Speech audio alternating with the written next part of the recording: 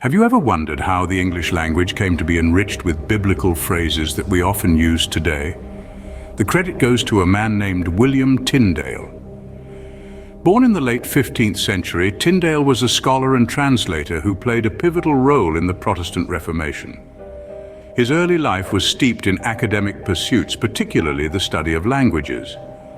A scholar of Greek and Hebrew, Tyndale was fascinated by the Bible, the holy book that was then only available to the elite in Latin. Driven by a profound belief that the Bible should be accessible to everyone, Tyndale embarked on an ambitious project, translating the Bible into English.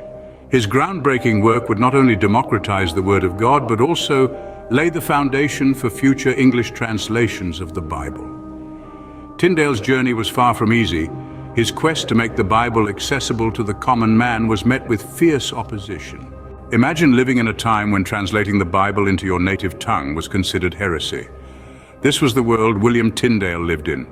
Gifted with a keen linguistic talent, Tyndale was determined to translate the New Testament into English, a feat never before accomplished.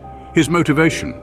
To make the sacred texts accessible to everyone, not just the educated elite.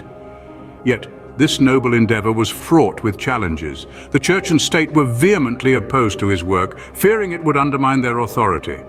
As a result, Tyndale was forced into exile, where he continued his translation under the constant threat of persecution. Despite these obstacles, Tyndale's translation was groundbreaking. His meticulous work was not just a literal translation, but a careful interpretation that captured the spirit and essence of the original texts.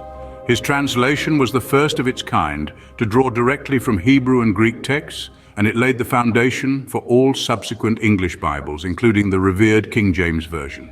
Moreover, Tyndale's translation enriched the English language and literature. His lyrical yet accessible style brought forth phrases we still use today.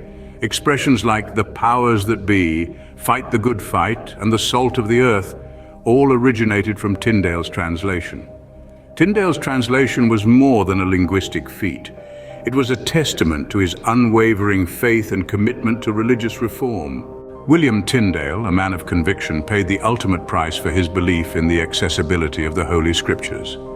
In the final chapter of his life, Tyndale found himself entangled in the web of religious power politics.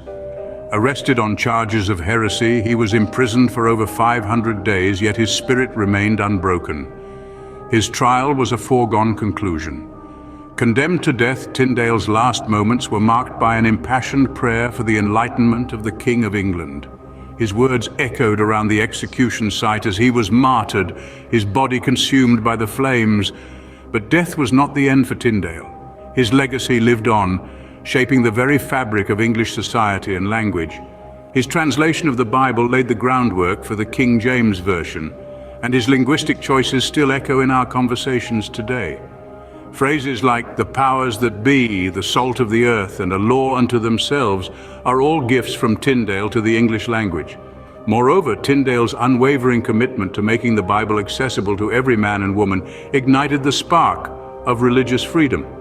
His belief that each individual had the right to read and interpret the divine word for themselves was revolutionary, and his ideas continue to influence modern concepts of religious liberty. William Tyndale's life may have been extinguished at the stake, but his legacy continues to illuminate the world through his contributions to language, religion, and the right to access the divine word.